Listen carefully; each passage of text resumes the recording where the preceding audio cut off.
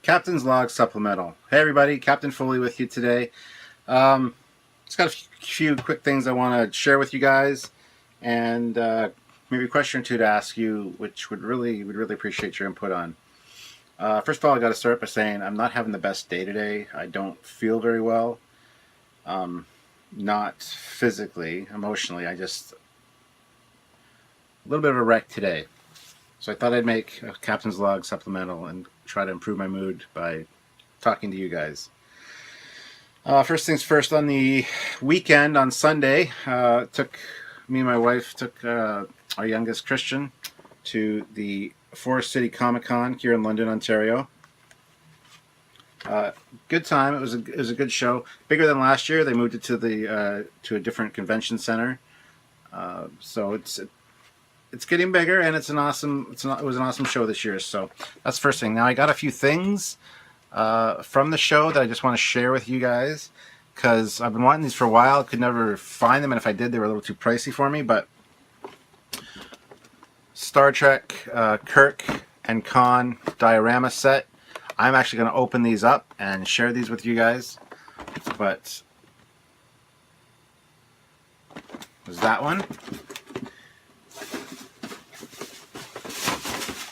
And the Spock with the Horta.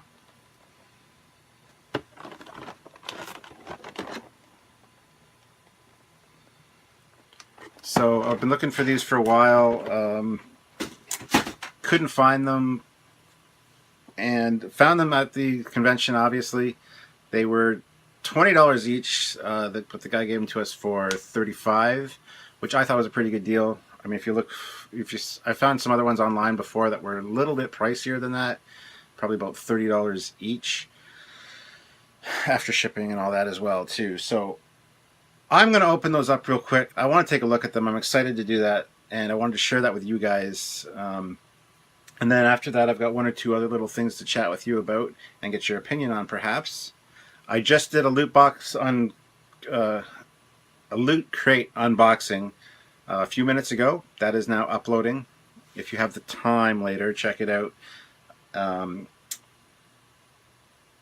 Yeah, so you might hear a beep in a second or two. That's just because it's done rendering, and then I can upload it. So right away, I'm going to just open these up and see what we got. And just something I want to share with you guys too. Whenever you open packages like this, if you want to kind of preserve the packaging, what I do is I take a knife, a hobby knife, and you just slice around here like so, just on 3 sides. Put the knife back so that when you open it up, you can open it up, pull this out, and then if you need to repackage it at some point, you can repackage it and have it look like it hasn't been opened, because you've got a nice clean edge along here.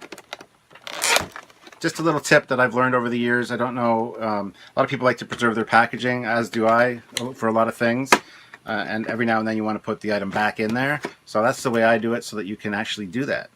So I don't know if you guys were aware of that, but there you go. Hopefully that's a tip that'll help you out. So I got the first one open, the Kirk and Khan. And it comes in 3 basic pieces. You got this part, which is the engineering console. The floor. So that's like the back part of the packaging. Underneath that, taped to the box, was this. You've got your engineering console there. And yeah.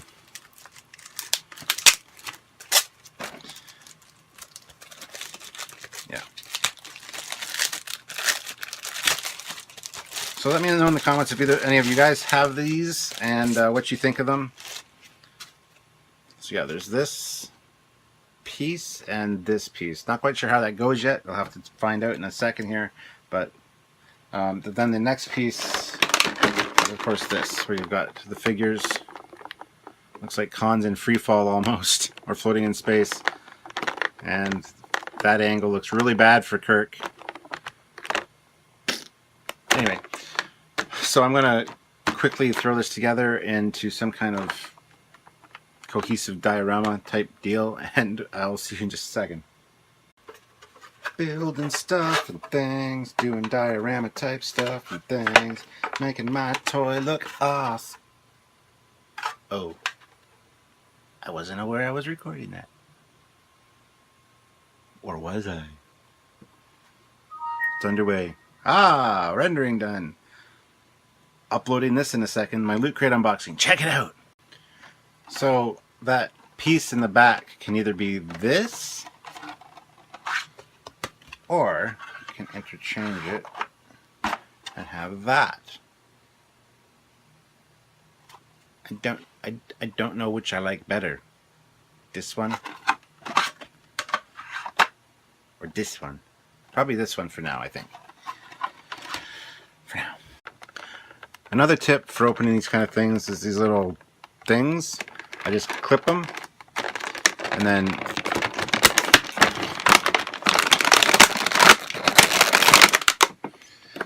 this one I clipped already. Just pull them straight out. So easy to open, you don't have to untwist them.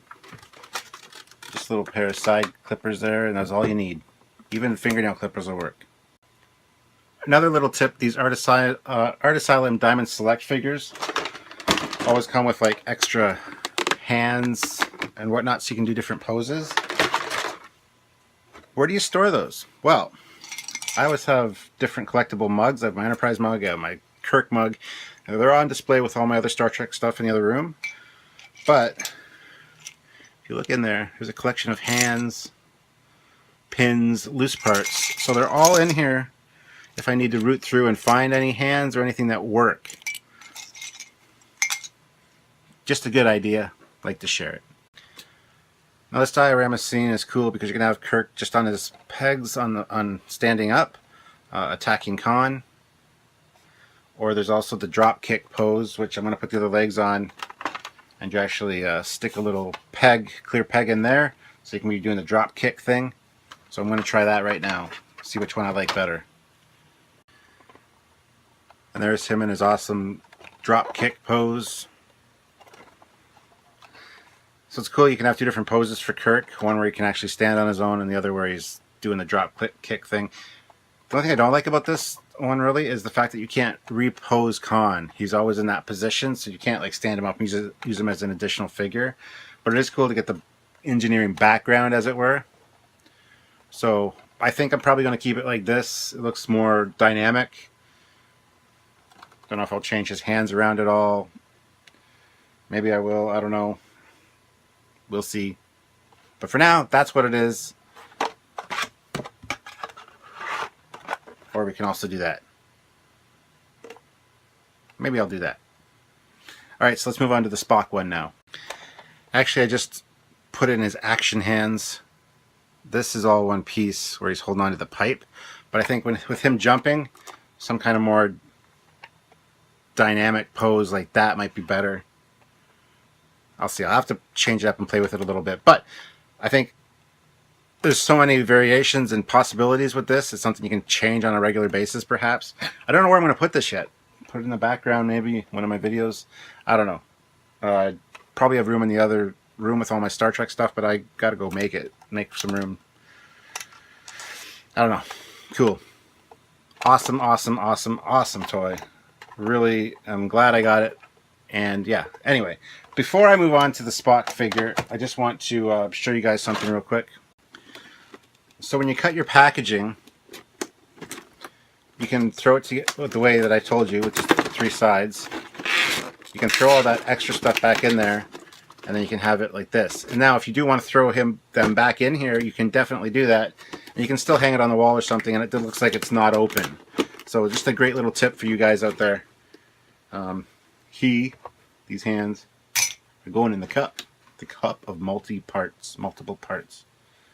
It's kind of disturbing if you think about it, all the hands and stuff that are in there. Meh. I realized I had an extra pair of Kirk legs as well from that set, so when I put them in the cup, it looks rather silly. You got Kirk's legs hanging out of the cup. But anyway, Spock, same thing, open it the same way. You got the two parts, you got the main body parts here with a couple different tricorders, which is kind of neat. and this part, and it looks like there's the damaged part there on the Horta, and the little piece up here that you can make it undamaged. So we're going to open this and see what this is like. Damn it, Jim! I am a bricklayer. Look, if I can, there it is, there. So it can be undamaged or pain. This one's really neat because you got a lot of different choices for Spock. He's got his phaser, got his regular stoic face, also got his pain face. There's also the kneeling pose, his kneeling legs, and then his hands for touching the Horta. And those are my tricorders. Don't know why I got 2 tricorders, but it's cool. 2 tricorders. So let me see what kind of pose I'm going to put them in. So of course, the base has pegs on the bottom for both the kneeling and the standing part pose. So you can have him standing over the Horta. I believe I'm going to have him kneeling. I'm just going to do that right now. Okay, I've changed him to this kneeling position, but one thing I got to point out is the phaser does remain in his hand, so it's not a loose phaser like the other figures, which is alright. And the tricorders, the reason I got 2 of them was one has the flap open, one is closed. So I'm just going to use the flap open one, I think, and put it on him. And there's the kneeling pose. He can't get any closer to the Horta, unfortunately, just the way the pegs are. So we can't actually touch it, but you get the idea of what's going to happen here. So very, very, very cool. And a very dynamic Spock figure that you can have a few or multiple different positions for. So yeah, I think that's how I'm going to have it.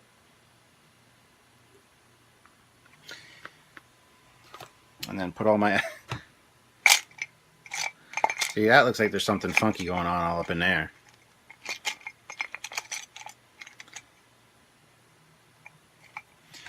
But yeah, put all the extra pieces, even the Horta bit, the other Spock head. They all just go in here, and that goes on the shelf.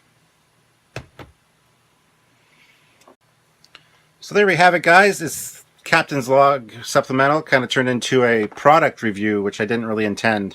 So it's going to go in my Captain Foley product reviews playlist as well. So if you're watching the reviews playlist, you can see this. Check out the supplementals. If you see the supplemental and you want to see the reviews, I've done reviews on a bunch of stuff, not just Star Trek stuff, but check it out.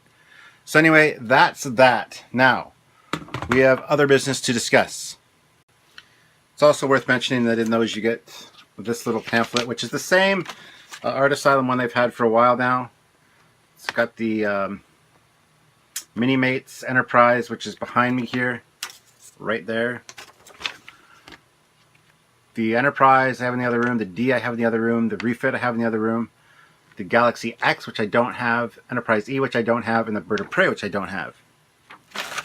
The other side is more prop-based stuff. You've got your tricorder, which I have the scientific one. No, I have the scientific one. I need the medical one, and I need the geological survey one. You got your phasers, both brown handle and white handle. I have both of those. Communicator.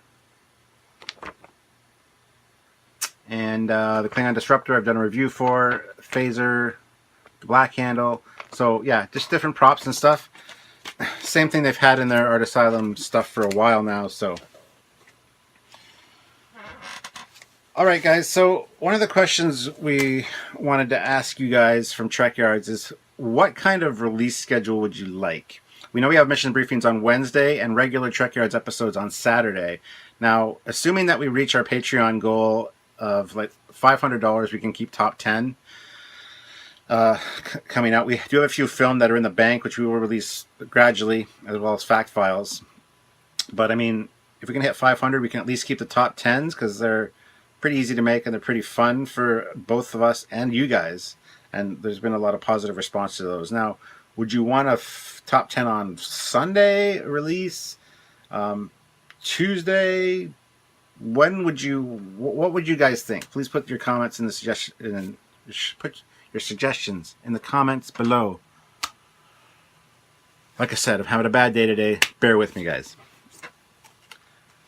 So yeah, whatever you think schedule-wise would be good. If we can keep both the fact files and the top 10s, when would you want them scheduled? What kind of ideal Trekyards week would you have? We don't want to release one like every day, but if we have 4 episodes a week, I mean, just throw me some release schedules that you guys would be comfortable with. Also, we have filmed our first Fleet Yards episode. And I gotta say, A, it's gonna be fun. B, researching other ships that aren't Star Trek is actually a lot easier. The facts are the facts. Basically, there's not much fan extrapolation. If there is, it's not as detailed. I'm not going to say which franchise specifically, but I've looked at a few because we have a few in the design or the writing queue, as it were, for future Fleet Yards. That one should be released later this week, possibly early next week sometime. I'm not 100% sure yet how Samuel's coming along with that, but the ships are easy to research. A lot of the information isn't as conflicting. I find a lot of the information that I found was pretty in jive with itself. And yeah, a lot of it's not super, super detailed for a lot of these ships. Whereas Star Trek, you get all the conflicting information. Almost every episode of Trekyards, we've had conflicting information as far as sizes go, or weapons, or even launch dates and stuff like that, which we try to give you all the information that we have and let you make your own determination for those. But I think it speaks to the Star Trek fans. Star Trek fans are very devoted to their stuff. There is the official technical schematics and specs for things, but fans always they want to create their own. They want to expand on the current canon. For fan-made shows, they add additional weapons. They make other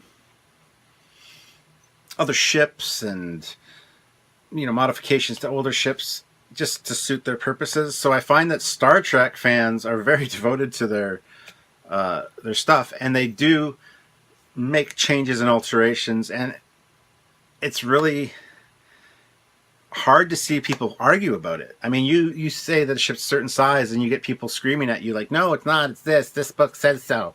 Well, yeah, that's fine and dandy, but you got to keep into consideration that it's not all canon, and even the canon sometimes isn't canon when it comes to Star Trek. Star Trek canon is what you make it.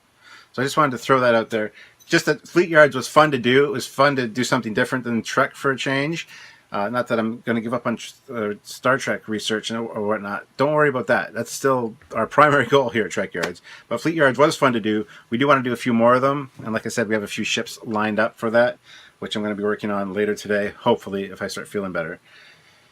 But I just wanted to let you guys know that Fleet Yards is going to be a fun show.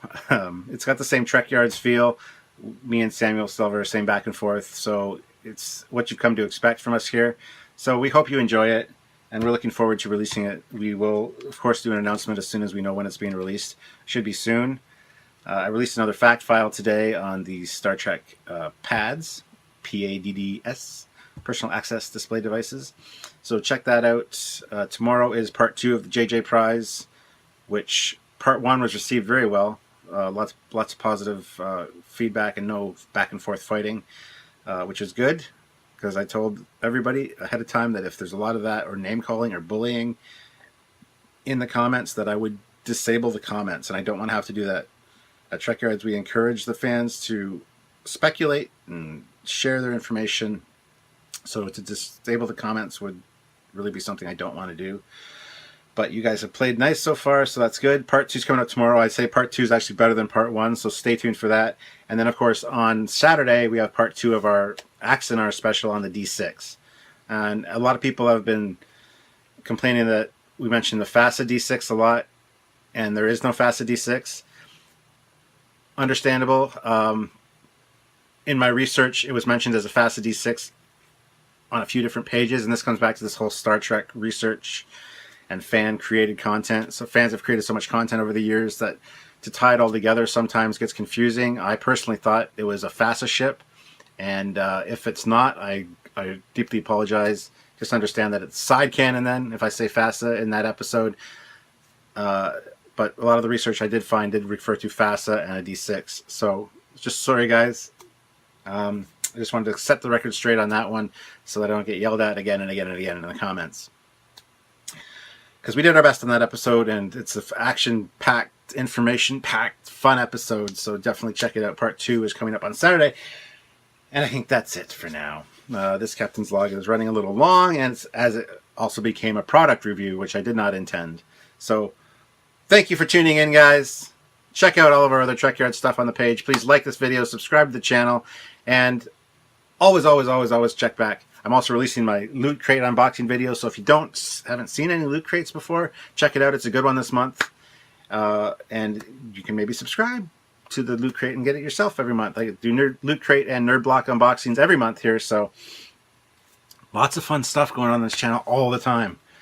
So please, please join, share, send it to your friends, have them subscribe. More subscribers, the better. Power! Power! Gives us power. With power, we can get sharks with frickin' laser beams on their heads and stuff. Or tribbles! Tribbles! With disruptors on their heads. Do they even have heads? I don't know.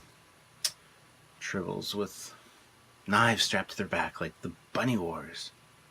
Oh. Yeah. I think I better go now.